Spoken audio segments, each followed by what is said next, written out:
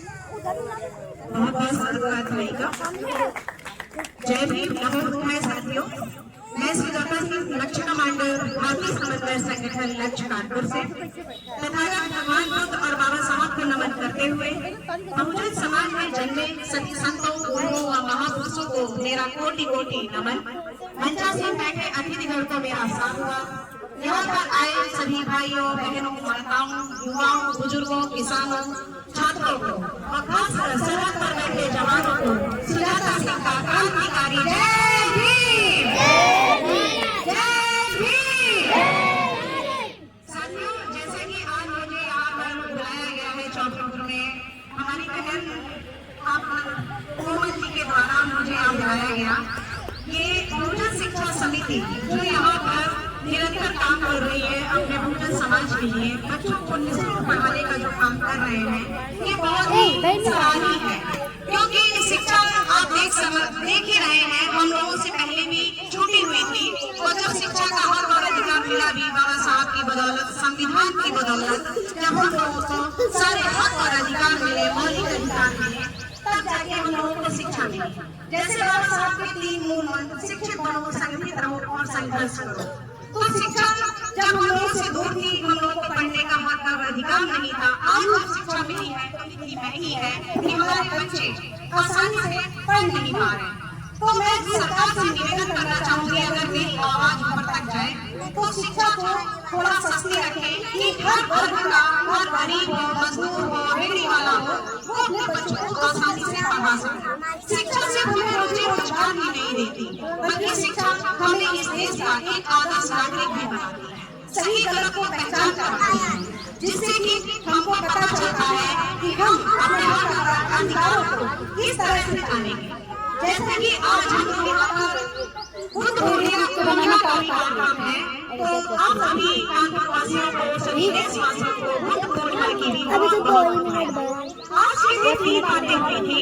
पहली बात 2 मिनट बाद आज ही के दिन को ज्ञान की प्राप्ति हुई थी। तीसरा, और आज ही के दिन उनका 10 मिनट पूरा बनाना हो जाना हमारे विश्व क्यों बने हैं? क्योंकि उन्होंने अंधविश्वास, छुआछूत, भेदभाव इन सबका विरोध किया और उन्होंने कभी नहीं माना। भगवान बुद्ध ने उन्होंने कहा, को भाव अपना दीपक स्वयं बने, जो कुछ है आपके अंदर है, बाहर कुछ भी नहीं है। तभी भगवान बुद्ध को विश्व गुरु के नाम से जाना गया। अरे मेरे बच्चों का कोई वजूद नहीं है, लेकिन भगवान बुद्ध और बाबा साहब भारत से बाहर पहुँच गए। लंका, बर्मा, कंबोडिया, चीन, जापान, वियतनाम, यहाँ पर आप देख सकते हैं कि बाबा साहब को, भगवान बुद्ध को उनके पूजने से ज्यादा उनकी विचारों पर लोग चलते हैं। तो साथियों, हम ये बताना चाहेंगे समाज के जो घटिया और दूषित मानसिकता के लोग हैं, वो आज भी अंधविश्वास, छुआछूत, और इस प्रक्रिया में उन लोगों ने हमारे समाज को फंसा कर रखा है। अरे हम भी तुम लोगों की तरह जीने को मानते हैं, इंसान है, इंसानियत का हक मानते हैं, इसे मेरी लाचारी या बेबसी का ऐलान मत समझना। हम आज भी भारत में भेदभाव में रहते हैं। तो साथियों, अपने हक और अधिकारों को जाने, शिक्षा को पहचाने। शिक्षा ही सीढ़ी है जिससे हम लोग छोटे से कुछ पदों पर पहुंच सकते हैं। और आज ये जो सम्मान समारोह है, हाई स्कूल और इंटर के बच्चों को सम्मानित किया जा रहा है, अच्छे परसेंटेज से पास हुए, ये हमारे आने वाला भविष्य है। और बच्चे आप लोग मन लगाकर पढ़े, और जब हमारे समाज के जब शिक्षा प्राप्त करके छोटे से उच्च पदों पर पहुंचते हैं, तो अपनी कुर्सी अपने वीर बच्चों में ही बस रह जाते हैं। तो मेरा उनसे भी निवेदन है, जब आप ऐसे पद पर पहुंचते हैं तो अपने गांव में, गलियों में, बस्तियों में पलटकर जरूर जाएं, क्योंकि आप लोग हमारे आने वाले बच्चों के लिए एक उदाहरण है, जिससे हम लोग देखते हैं कि हमारे बच्चे देखते हैं कि हमें भी उनके जैसा पढ़ना है या बनना है। आज हमारे समाज के लोग डॉक्टर है, इंजीनियर है, IAS है, विधायक है, मंत्री है, तो ये सिर्फ और सिर्फ बाबा साहब की देन है। और बाबा साहब की देन हिंदू कोड भी, जो महिलाओं को अपनी मर्जी से पढ़ने का अधिकार, शादी करने का अधिकार, बच्चा गोद लेने का अधिकार, ऐसे तमाम अधिकार, ये सिर्फ बाबा साहब की देन है और दूसरा कोई वजह नहीं है। हमको अगर पूछना है तो सिर्फ इनके पास फोन है।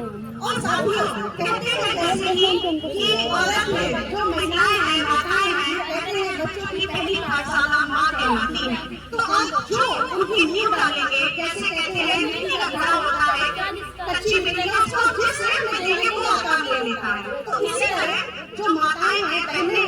अपने बच्चों को वही संस्कार दें जो उनके भविष्य को बनाता है। अगर आप उनको कहेंगे पेड़ों को पूजो तो पूजने लग जाएंगे। अगर आप उनको बचपन से कॉपी कलम किताब खिलाएंगे तो उनका ध्यान उसी तरफ जाएगा। तो सभी बहनों से निवेदन है, अपने घर की नींव को मजबूत रखें, क्योंकि ज्यादा से ज्यादा टच में बच्चे माताओं के रहते हैं, बहनों के रहते हैं, पुरुष तो बाहर चले जाते हैं नौकरी पेशे पे। तो आप पहली सीढ़ी है, और अगर आपने बच्चे की नींव सही से रखी तो वो हमारे आने वाले देश का भविष्य है। तो साथियों, मैं अपनी वाणी को विराम दूंगी और चंद महीने में पेश करना चाहूंगी, क्योंकि जो बच्चे हैं उन्होंने भी अपना लक्ष्य डिसाइड किया है कि किस तरफ जाना है या उनको क्या बनना है। तो इस पर मैं कुछ पंक्तियों के माध्यम से नजर डालूंगी कि लक्ष्य विहीन होकर जीवन कुछ और नहीं केवल सजा है। लक्ष्य विहीन होकर जीवन कुछ और नहीं केवल सजा है। संविधान सही मार्ग दिखाता, लक्ष्य ही मंजिल तक लाता। जाति धर्म में बटा है मानव, मानव मानव का प्यासा। अंधविश्वास पाखंड है मिटाता, जय भीम की गाथा को गाता। ज्ञान के दिए से हर घर रोशन हो जाता, लक्ष्य की है यही अभिलाषा। आतंकवाद है बढ़ रहा, शोषित मानव सिसक रहा, लक्ष्य को हथियार बनाकर जो जाति धर्म से लड़ रहा। लोकतंत्र जर्जर हुआ, कुछ नेता विपक्ष है, कोई जोर नहीं कोई तोड़ नहीं, मजबूत है सामर्थ्य। लक्ष्य विहीन होकर जीवन कुछ और नहीं केवल सजा। तो साथियों, अपने लक्ष्य को पहचान चले, क्योंकि अगर आपने अपना लक्ष्य छोड़ दिया तो आप बह जाएंगे, कहीं गलत रास्ते पे ना जाए। इससे अपने लक्ष्य को पकड़ कर चले, बाबा साहब की विचारधारा पर चले, और बाबा साहब के कामों को सही से अगर बढ़ाया है या स्वयं समाज को जगाया है तो श्री मानव काशीराम साहब ने, उन्होंने गली गली मोहल्ले मोहल्ले झुग्गी झोपड़ियों में जाकर बहुजन समाज को जगाया। शायद आज बाबा साहब ना होते, मानव काशीराम साहब ना होते, तो शायद आज हमारा बहुजन समाज यहाँ पर नहीं होता।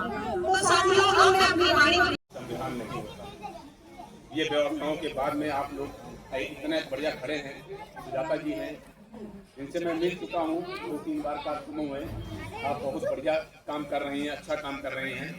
तो हम यही कहेंगे कि आज सबसे बड़ी जरूरत है हमें शिक्षा की, और शिक्षा हमें हासिल करना ही होगा, क्योंकि जब तक हम उच्च पदस्थ नहीं होंगे, उच्च शिक्षित नहीं होंगे, उच्च पदस्थ नहीं होंगे, तब तक हम चाहें बहुत कोशिश करें, लेकिन हम अपने अधिकारों को प्राप्त नहीं कर सकते हैं। अभी बेटी कह रही थी कि जो ना हम वो थानों में और SDM DM के यहाँ जा करके अपने लोगों को राहत दिलाने का काम हमें ये प्रयास करना पड़ेगा कि हमारे बच्चे को SDM DM बने। आज बन रहे हैं, बड़ा गर्व होता है। एक व्यक्ति मेरी बेटियां हैं, बीटेक करने के बाद इंजीनियर में मैनेजर, तो उच्च पदस्थ उसमें जितने भी गार्जियन हैं, इनकी बड़ी जिम्मेदारी है कि आपको ना उसमें लगना पड़ेगा। और अगर आपका ये पीढ़ी जो मतलब ना युवा पीढ़ी जो है इसमें गार्जियनशिप निभा रही है, ये पीढ़ी अगर नहीं पढ़ेगी तो बच्चे नहीं पढ़ेंगे। आपने टीना ढाबी का नाम सुना होगा। 22 वर्ष की उम्र में फर्स्ट अटेम्प्ट में, पहली अटेम्प्ट में वो DM पहली अटेम्प्ट।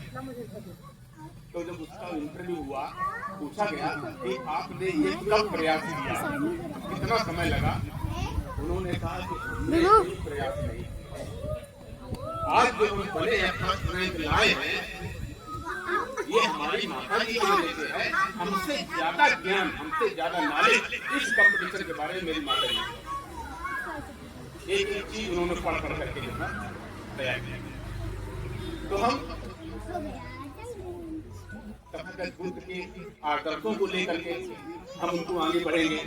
तथागत बुद्ध एक राजकुमार होने के बावजूद भी, एक अच्छी पत्नी होने के बावजूद, एक अच्छा बेटा होने के बावजूद हर त्याग करते कि हम दुनिया में जो लोग दुखी हैं, परेशान हैं, उनके निवारण के लिए हम काम करेंगे।